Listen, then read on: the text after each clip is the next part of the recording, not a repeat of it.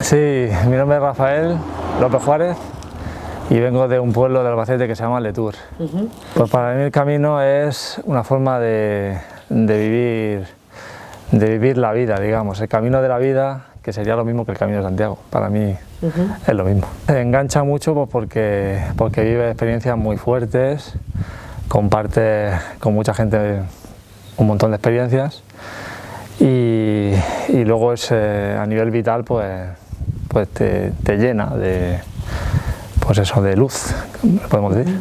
Es muy enriquecedor, sin ninguna duda. Para ambos partes. Depende también cada persona como lo... Hombre, como las etapas son muy largas, pues entonces no puedes pararte mucho porque, claro, si estás 7 horas andando y estás parando cada 2 por 3, pues no llegas.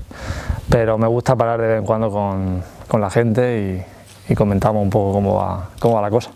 Bueno, tanto en la zona de Zamora de donde vengo como la de Orense, básicamente falta servicios como de alimentación, tiendas y eso. Y los albergues ahora con el tema del virus, pues como están cerrados, pues también es un problema, la verdad. Lo he visto muy cuidado. Muy cuidado. Sí, en la parte de Zamora mucho y en la parte de cuando entra a Orense todavía más. He visto gente con desbrozadora, quitando pues vegetación de medio del camino.